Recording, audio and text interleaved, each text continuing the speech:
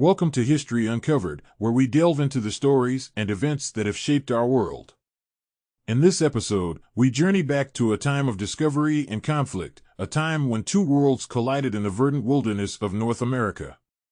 We're exploring the life of a person whose story has been draped in both fact and fiction. Revered and mythologized, she was a symbol of peace during a tumultuous period, an iconic figure whose legacy has transcended centuries.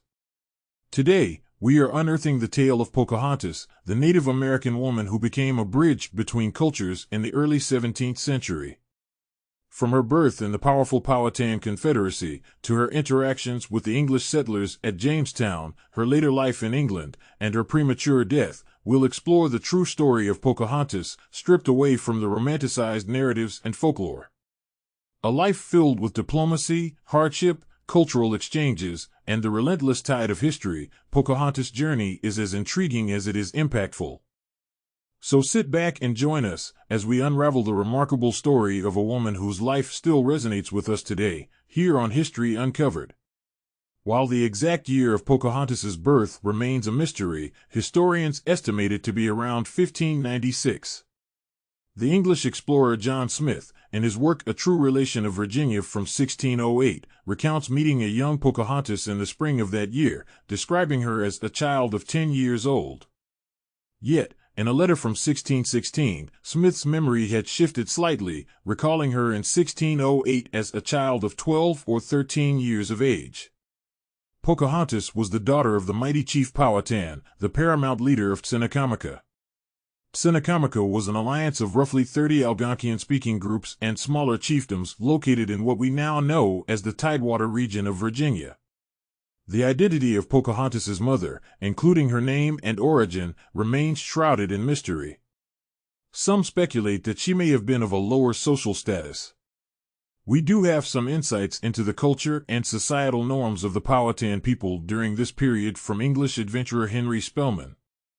Living among the Powhatan as an interpreter, Spelman observed that when one of the paramount chief's many wives gave birth, she would return to her place of origin and be supported there until she found another husband.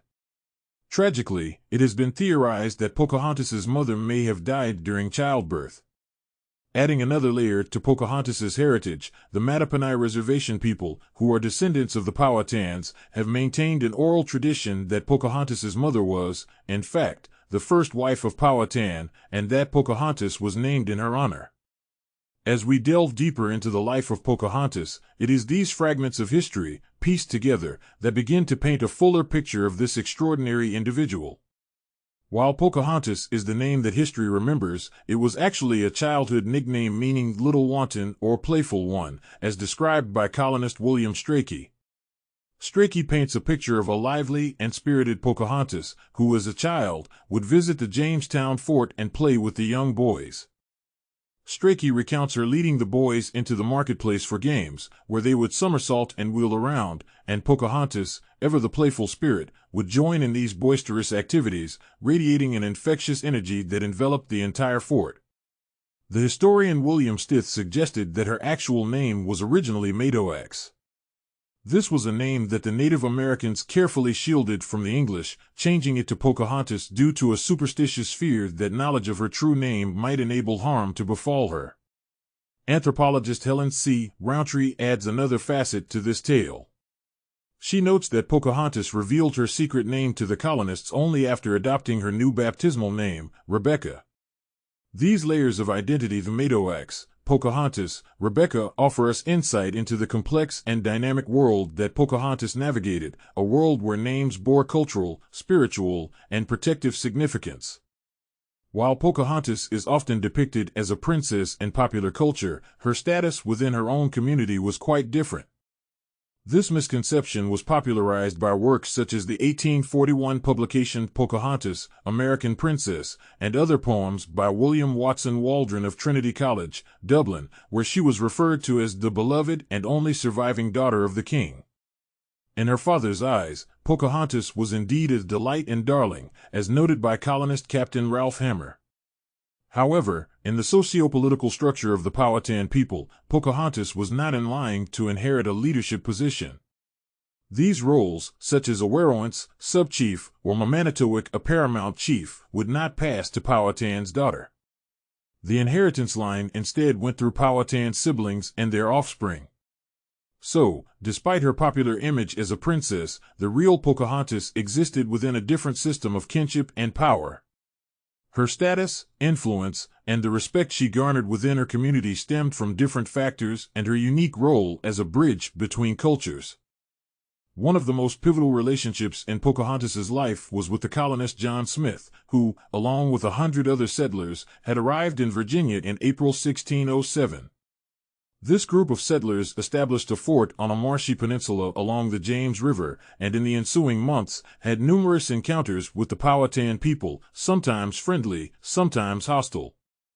In December 1607, Smith was captured while on an exploratory mission on the Chickahominy River by a hunting party led by Powhatan's close relative, Opechancanough. He was brought to Powhatan's capital, Werowocomoco. In his 1608 account, Smith recalled a grand feast and a lengthy conversation with Powhatan, but made no mention of Pocahontas in this encounter. Some scholars, such as Margaret Huber, proposed that Powhatan was attempting to assert authority over Smith and his fellow colonists, an attempt to keep them nearby and better under control. Smith's narrative took a dramatic turn in a letter he wrote to Queen Anne of Denmark in 1616, anticipating Pocahontas's visit to England. In this account, he revealed that his capture had involved the threat of execution, with Pocahontas risking her own life to save his. He expanded on this in his 1624 General History, painting Pocahontas as a heroine who defied her own people to save his life. However, not all scholars are in agreement regarding the authenticity of this account. Historian Karen Ordahl Kupperman suggests Smith embellished his narrative to appeal to a royal audience, while anthropologist Frederick W. Gleach argues Smith might have misinterpreted a three-stage ritual designed to incorporate him into the Powhatan Confederacy. Despite the questions surrounding Smith's accounts, it's well established that Pocahontas and the English settlers formed a bond. Pocahontas would often visit Jamestown, playing games with the boys and bringing provisions to the starving settlers. However, as the English expanded their settlements, conflicts flared once more, and a misleading report of Smith's death in late 1609 saw Pocahontas stop her visits to Jamestown. She only learned of Smith's survival upon her visit to England, years later, with her husband John Rolfe. Pocahontas's capture took place during the First Anglo-Powhatan War, a conflict between the Jamestown settlers and the Native American tribes which began in late summer of 1609. During the early stages of the war, the colonists managed to gain control of key points along the James River. In March 1613, Captain Samuel Argall discovered Pocahontas was visiting the Patawomeck village of Passapatanzi, under the protection of the local werowance, Iapassus, also known as Japazos. Argall, who had established connections with native tribes in the northern regions of Powhatan's chiefdom, used these relations to his advantage. With the help of Henry Spellman, a young English interpreter living with the Patawomecks, Argall coerced Iapassus into aiding Pocahontas's capture, promising an alliance against the Powhatans. Pocahontas was tricked into boarding Argall's ship and was held hostage. The colonists demanded the release of their prisoners and the return of stolen weapons and tools in exchange for her. Powhatan returned the prisoners, but his efforts to satisfy the colonists with the returned weapons and tools fell short, resulting in a prolonged standoff during which Pocahontas was kept captive. Pocahontas was held at Henricus, an English settlement in what is now Chesterfield County, Virginia. Descriptions of her life there are limited, but according to colonist Ralph Hammer, she was treated with extraordinary courteous usage. There are conflicting reports regarding the possibility of her being mistreated, with some suggesting that she might have been raped, while others argued that such actions would have been against the colonists' interests, given their numerical disadvantage and fear of retaliation. During this period, she was taught about Christianity by Minister Alexander Whitaker and took the Christian name Rebecca upon her baptism. The situation escalated in March 1614 to a violent confrontation between the colonists and Powhatan's men on the Pamunkey River. The colonists later arranged a meeting with senior native leaders at Powhatan's capital, Matchcot, during which Pocahontas was allowed to converse with her tribe. She reportedly criticized her father for valuing her less than old swords, pieces, or axes, and declared her preference to live with the colonists who loved her. According to Mattaponi tradition, Pocahontas's first husband was Kokum, who was the brother of Japazos, the Werowance of the Patawomic tribe. It's believed by the Mattaponi that Kokum was killed by colonists after Pocahontas was captured in 1613. Modern-day Patawomics maintain the belief that Pocahontas and Kokum had a daughter, named Kaoki, who was raised by the Patawomics following her father's death and her mother's capture. However, the identity, whereabouts, and even the existence of Kokum have been the subject of debate among scholars for many years. The sole mention of Kokum in any English document comes from a short statement written around 1616 by William Strachey, who said that Pocahontas had been living married to a private captain called Kokum for 2 years.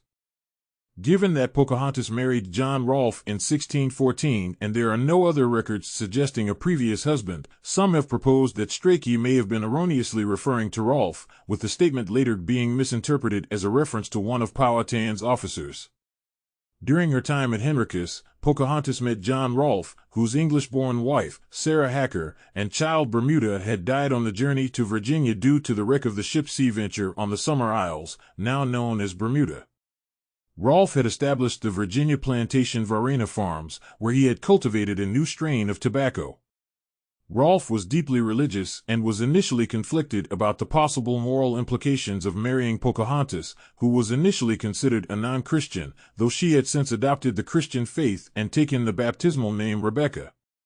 In a lengthy letter to the governor requesting permission to marry Pocahontas, he expressed his love for her and his belief that through their marriage he could save her soul. His motivations, he insisted, were not driven by the unbridled desire of carnal affection, but rather by a wish for the betterment of the plantation, the honor of his country, the glory of God, and his own salvation. On April 5, 1614, Rolfe and Pocahontas were married by Chaplain Richard Buck, likely in Jamestown. They lived for 2 years at Varina Farms, across the James River from Henricus. Their son, Thomas, was born in January 1615. This marriage ushered in a period of peace between the Jamestown settlers and Powhatan's tribes, which lasted 8 years and became known as the Peace of Pocahontas. In 1615, Ralph Hammer noted, "Since the wedding we have had friendly commerce and trade not only with Powhatan but also with his subjects round about us." Despite the peace it brought, the marriage was considered controversial within the British court at the time. It was seen as audacious for a commoner to marry a princess. The London Company, which aimed to convert Native Americans to Christianity, saw the conversion and subsequent marriage of Pocahontas to John Rolfe as an opportunity to promote further investment in their ventures. This move also played a significant part in bringing an end to the First Anglo-Powhatan War. In an effort to capitalize on the symbolic potential of Pocahontas as a tamed New World savage and the success of the Virginia colony, the company decided to bring her to England. She arrived at the port of Plymouth on June 12, 1616, accompanied by Rolfe and 11 other Powhatans, including a holy man named Tomacomo. In London, Pocahontas was entertained at various social gatherings. On one notable occasion, on January 5, 1617, she and Tomacomo were brought before King James at the old banqueting house in the Palace of Whitehall during a performance of Ben Jonson's Mass The Vision of Delight. According to accounts, neither Pocahontas nor Tomacomo recognized that they had met the king until it was explained to them afterward. While Pocahontas was not a princess in the Powhatan culture, the London Company presented her as such to the English public, due to her being the daughter of a significant chieftain. Her perceived status was further enhanced by the existing recognition of Powhatan as a ruler of an empire by many English of the time. Despite some differing opinions, Pocahontas was generally treated well during her time in London. At public events, she was given prime seating and was often the recipient of significant attention and respect. However, it should be noted that not everyone was impressed. Some, like historian Helen C. Rountree, claim that there is no contemporary evidence to suggest that Pocahontas was regarded in England as anything like royalty, despite the accounts by John Smith.